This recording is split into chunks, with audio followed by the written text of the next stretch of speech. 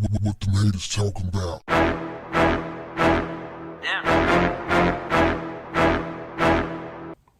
What's up, family? I want you to listen to me and listen to me closely. I'm about to share with you a scandalous story about a man who was betrayed by two people he trusted the most. Jerry Michael Williams, who preferred to go by Mike, grew up in Bradfordville, Florida, with his older brother Nick in a double-wide trailer. Being the son of a Greyhound bus driver and a daycare provider, he knew the importance of money and values, so he always worked hard in school.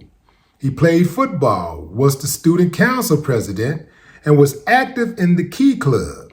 At the age of 15, he began duck hunting as a hobby and developed a relationship with fellow student Denise Merle. After attending Florida State University, where he majored in political science and urban planning, he started working at the Ketchum Appraisal Group as a property appraiser. In 1994, he married his high school sweetheart, Denise, and finally started living his dream life. He was a good man who provided for his family. And when his daughter came along in 1999, he stepped up to the plate and became a good father as well. On December 16, 2000, bright and early in the morning, Mike left his home in Tallahassee, Florida with his boat in tow to go duck hunting. However, he never came back from it. He just disappeared from the large lake west of the city, Lake Seminole. As his boat was found abandoned on the lake, it was initially believed that he had drowned after having fallen from it and that his body had been devoured by alligators. No traces of his presence could be found, but when 6 months later, waiters and a jacket containing his hunting license surfaced, he was declared legally dead. After Mike's corpse was found years later, his death was ruled a homicide. It was revealed that he had died from a gunshot wound to the head. Mike's mother, Cheryl, had never believed the alligator theory and had pushed the governors and the state agents for years to reopen her son's case, but to no avail. So when she finally found out the truth after 17 years, it was a relief to her. Although the situation or her grief wasn't any better, she at least now knew what had happened to her son. So who killed Mike? Ding, ding, ding. You guessed it. Mike's wife and his best friend had a hand in his death. Ooh, man, it don't get no colder than that. They had been having an affair since 1997. And instead of divorcing Mike, Denise thought it'd be better to just kill him. So she took out an insurance policy, several insurance policies on Mike just months before his death. But guess who? Mike's best friend, Brian Winchester, who was an insurance agent.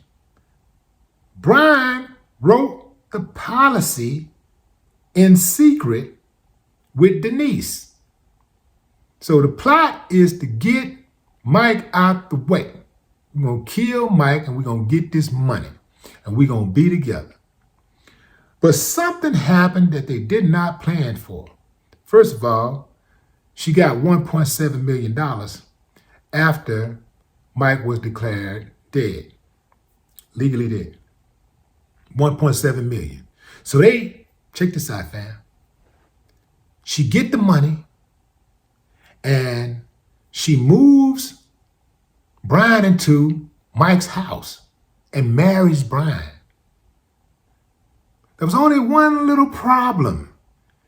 Denise didn't plan for Brian to kidnap her and threaten her life. Brian got arrested for kidnapping her.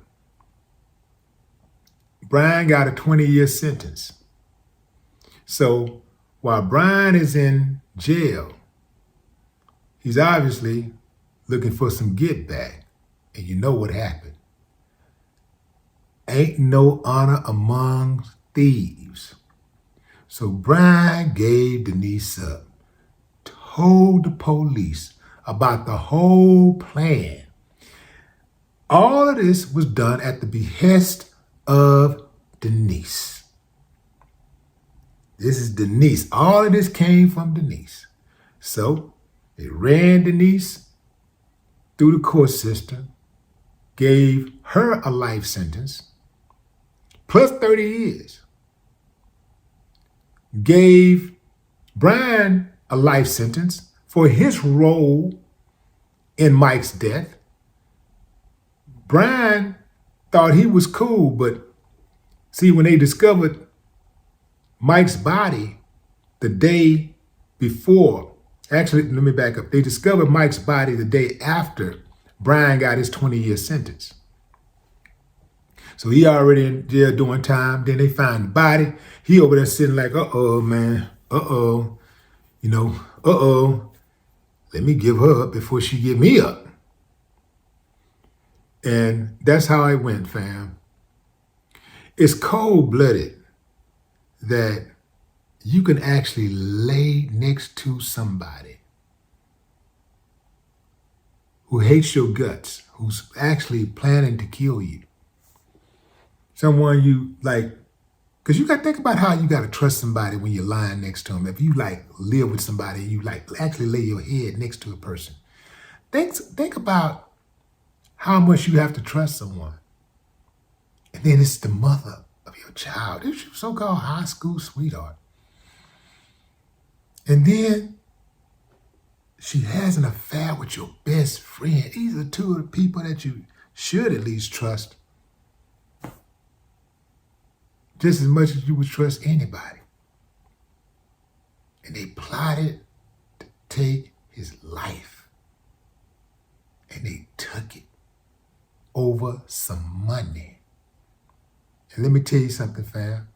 This is just one case that made the headlines, made big headlines. But this happens all over America daily. It's people out here all over America killing their spouses, using all types of ruses, killing their spouses. And most of it is behind trying to get that insurance policy. Once it go bad, they don't want to give up the kids. They don't want to give up the property. They don't want to see the other person have any kind of happiness. So they figure like, you know what, let me just rub them out. Denise is something else. Brian, what wicked people. Y'all be careful out there, fam. Choose your friends wisely. Choose your significant other wisely. Before I go, I want to say this about Mike's mother. That woman was diligent. That woman was possessed to get justice for her son. She fought tooth and nails.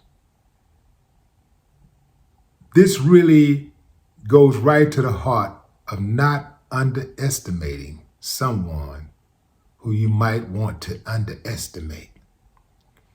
This little woman, really all by herself, just dogged the people who had the power to open that case, to find that body, to try, convict, sentence these uncivilized mutts.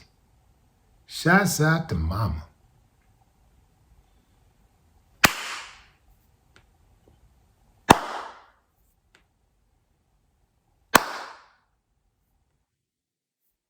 No more talk. What the haters talking about? Damn.